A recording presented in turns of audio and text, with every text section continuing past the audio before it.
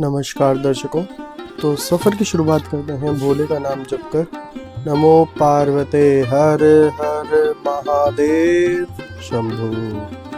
हम चल पड़े दिल्ली से भोले की नगरी आदि कैलाश। ये बुलावा मानो ऐसा था जैसे भोले ने खुद हाथ पकड़कर बुलाया। इस सफ़र को हमने 3 भाग में बांटा।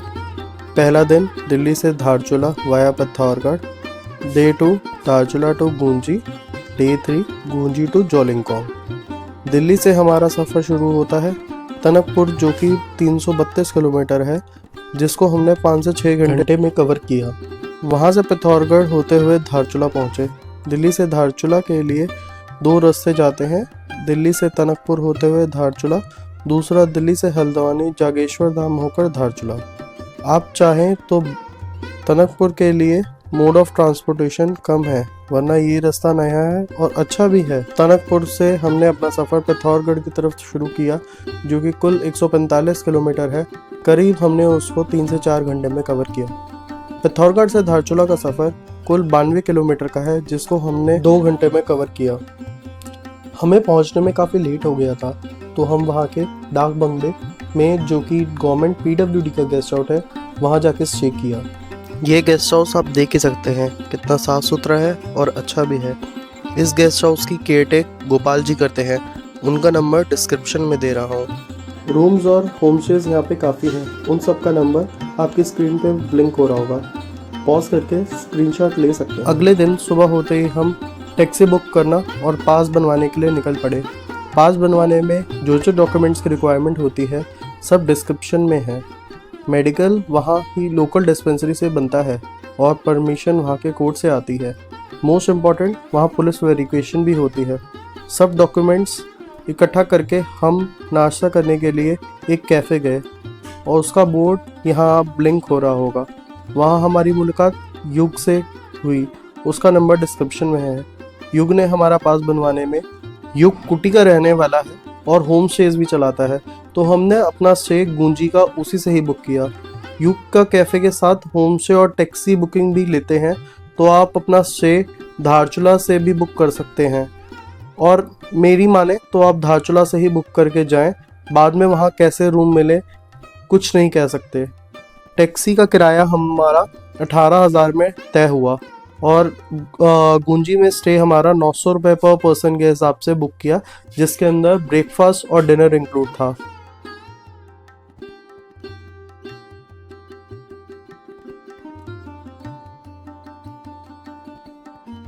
वैसे तो जगह जगह टूर्स एंड ट्रेवल्स वाले खड़े हुए हैं, लेकिन मैंने आपके लिए कुछ इमेजेस वहाँ से खींच के टूर्स एंड ट्रेवल्स की फ़ोटोज़ डाल दी हैं। आपको स्क्रीन पे ब्लिंक हो रही होगी, उनका स्क्रीनशॉट लेके उनको डायरेक्ट कॉल कर सकते हैं। यह लोग आपको स्टे और पासेस के लिए भी हेल्प करते हैं। ये धारचूला का लोकल मेडिकल है। यहाँ पर आपका 150 रुपये पर पर्सन के हिसाब से मेडिकल चेकअप होगा।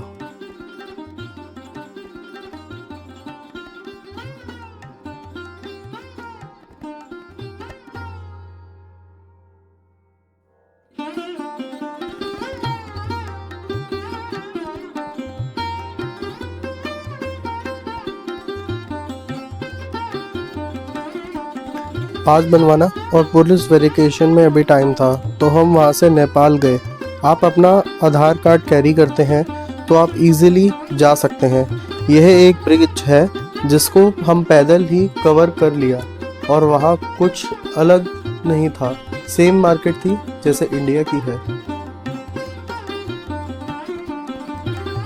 मोस्ट ऑफ द सामान वहाँ इंडिया से ही जाता है।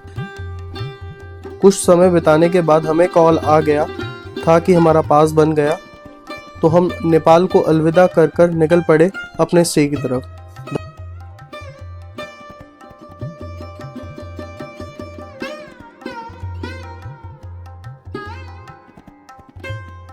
ये जो नदी आप देख रहे हैं, इसका नाम काली नदी है। यही नदी भारत और नेपाल को बीच में से अलग करती है। इसका बहाव बहुत ही तेज़ है। अपनी बोलेरो कार में सामान जल्दी से लोड कर कर हम धारचूला से गूंजी की तरफ निकलते हैं, तो हमें पता चलता है कि हम अच्छा हुआ जल्दी ही निकल पड़े। थोड़ी देर बाद यहाँ रास्ते बंद कर दिए जाते हैं। क्योंकि रोज यहाँ पर आईटीबीपी द्वारा ब्लास्टिंग की जाती है। रास्ता काफ़ी ख़राब है। हिम्मत है आईटीबीपी वाले और इन कारीगरों की जो कि ऐसे मुश्किल रास्तों पर भी रोड बना रहे हैं।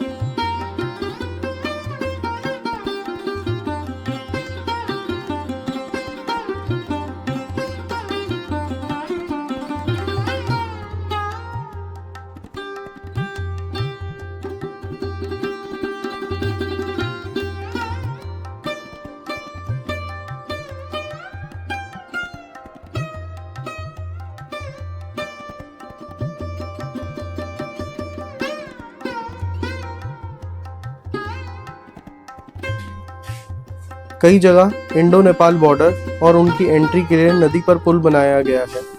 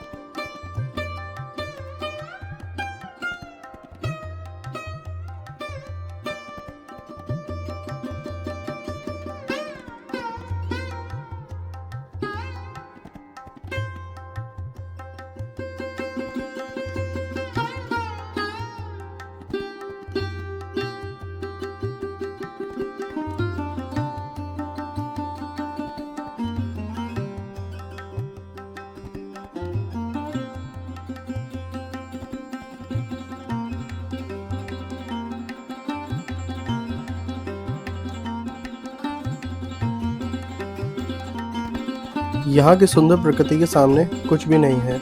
यहाँ की प्रकृति दिल को छू लेने वाली है। शब्द होते तो जरूर बयां कर पाता। जैसे हर रास्ता, हर पर्वत, हर नदी यहाँ पर भोले का नाम जप रहा हो। देखते ही देखते हम अपने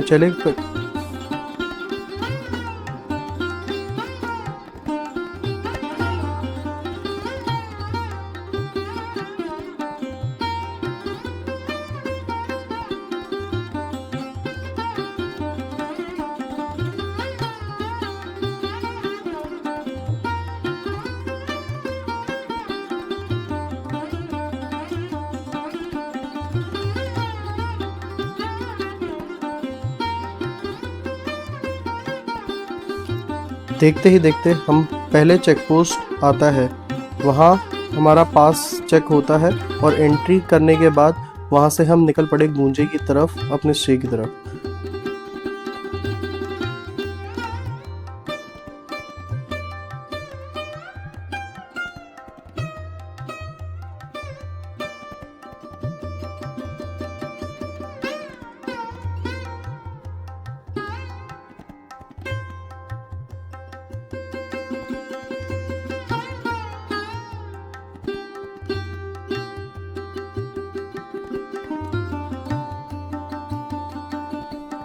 वेलकम ड्रिंक के तौर पे हमें यहाँ पे गर्म पानी सर्व किया गया और कुछ देर में चाय और स्नैक्स आ गए। थोड़ी देर में खाना भी लग गया और हम इतने थके हुए थे कि वीडियो बनाना भूल ही गए। ये है हमारा स्टे और कुछ इस प्रकार का नज़ारा दिखता है इस स्टे से।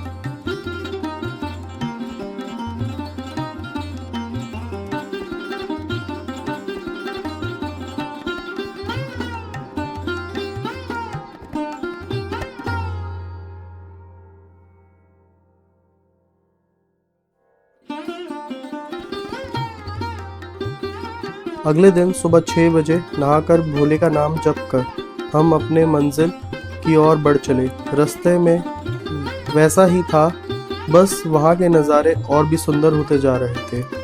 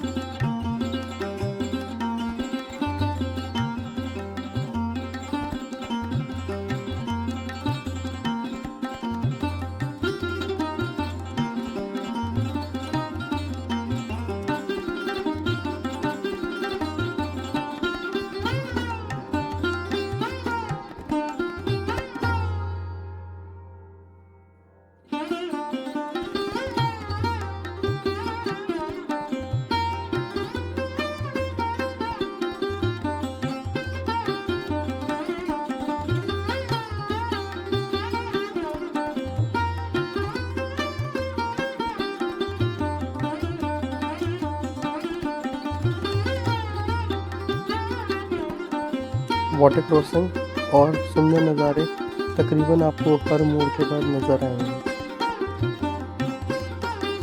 बॉर्डर फोर्सेस के जवान जगह जगह तैनात थे, जो कि यात्रियों की सेवा के लिए तत्पर खड़े रहते थे।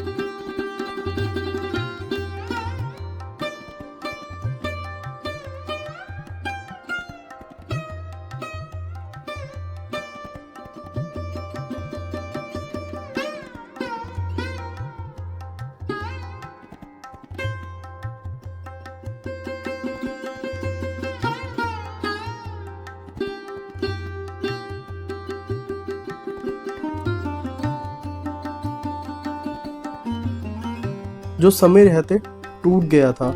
वहाँ पांडवों द्वारा बसाया गया गांव भी देखा, जो कि उनकी माता कुंती के नाम पर था, जिसको अब कुटी के नाम से जानते हैं।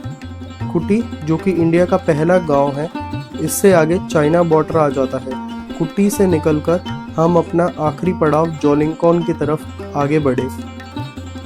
थोड़ी ही दूर चलने पर एक और चेक पोस्ट आया।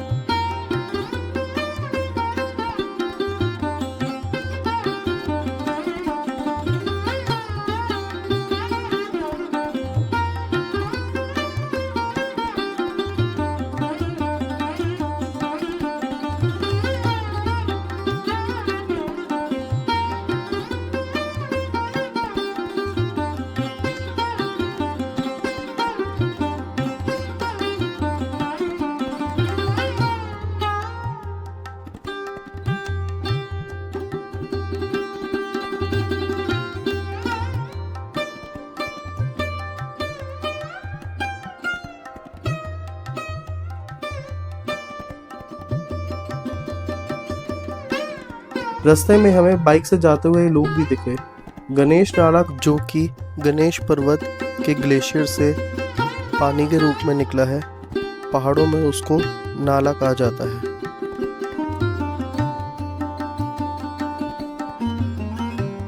देखते ही देखते वहाँ मौसम बदल गया और ठंडी हवा चलने लगी। ऑक्सीजन की कमी हुई और सांस फूलने लगा, जिसकी वजह से हमने घोड़े करने पड़े। यह जगह 14,364 फीट अबव सी लेवल है। ऑक्सीजन की कमी तो होनी ही थी। आपने इच्छा और अनुसार घोड़े लेना और ना लेना आप डिसाइड कर सकते हैं। उनका रेट फिक्स है 1800 रुपये पर पर्सन। हमारे घोड़े वाले कोई टूरिस्ट गाइड से कम नहीं थे। थोड़ी ही दूर चलने पर उन्होंने हमें नंदी पर्वत के दर्शन करवाए। जैसे शिवालय में नंदी जी शिवजी जी को नतमस्तक होकर उनको एक टुक देखते रहते हैं, उसी प्रकार नंदी पर्वत में नंदी जी आदि कैलाश को एक टुक देखते ही रहते हैं। ऐसा प्रतीत होता है जैसे भोले अभी आवाज़ देंगे और नंदी जी उनकी सेवा के लिए तभी उपस्थित हो जाएंगे। आदि कैलाश के ठीक सामने माता पार्वती का मुकुट के दर्शन भी हुए।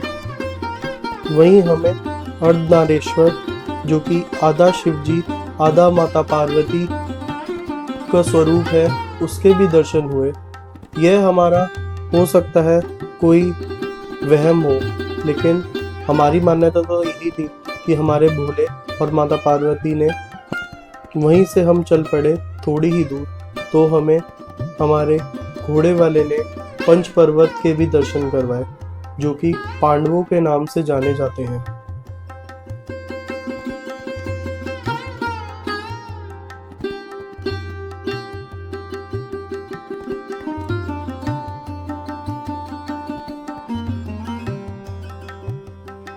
यह वाटर क्रॉसिंग जो आप देख रहे हैं, यह पार्वती सरोवर का ही जल है।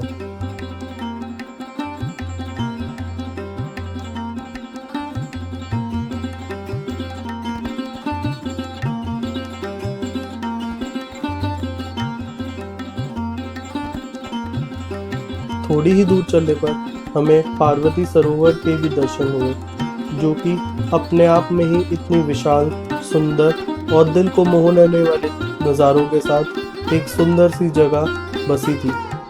वहीं पांडवों द्वारा बसाया हुआ एक मंदिर भी दिखा, जहां हम दर्शन करने के लिए पहुंचे। अंदर कैमरा और फोटो ले जाना तो अलाउड नहीं था, लेकिन हमने घोड़े वाले से फोटोज ले ली। आप भी दर्शन कीजिए।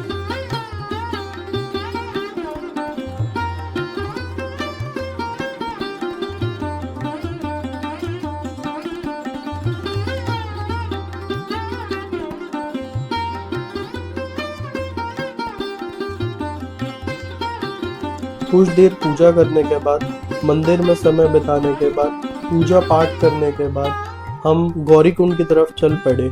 रास्ते में हमें भीम की खेती देखने को मिली। माना जाता है यह खेती अपने आप ही उग जाती है और कुछ समय बाद अपने आप ही कट जाती है। यह रहस्य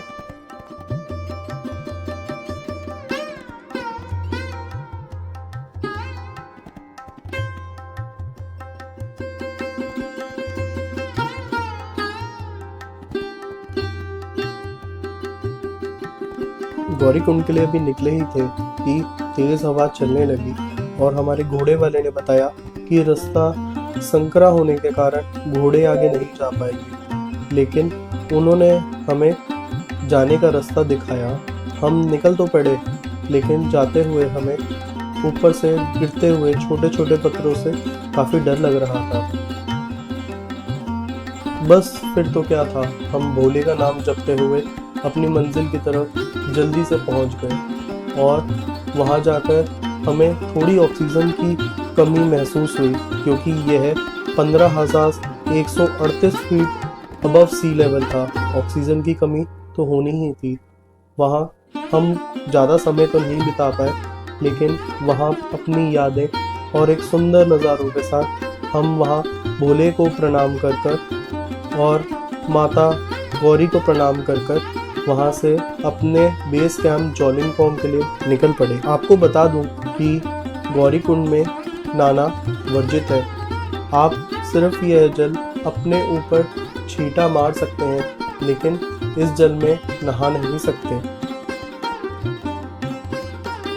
घोड़े पर बैठे बैठे इतना थक गए थे कि हम कैंप में वापस आकर थोड़ी देर वहाँ सो गए। कुछ देर बॉडी को आराम देकर हम खाना खाकर अपने अगले पड़ाव ओम पर्वत की तरफ निकल पड़े।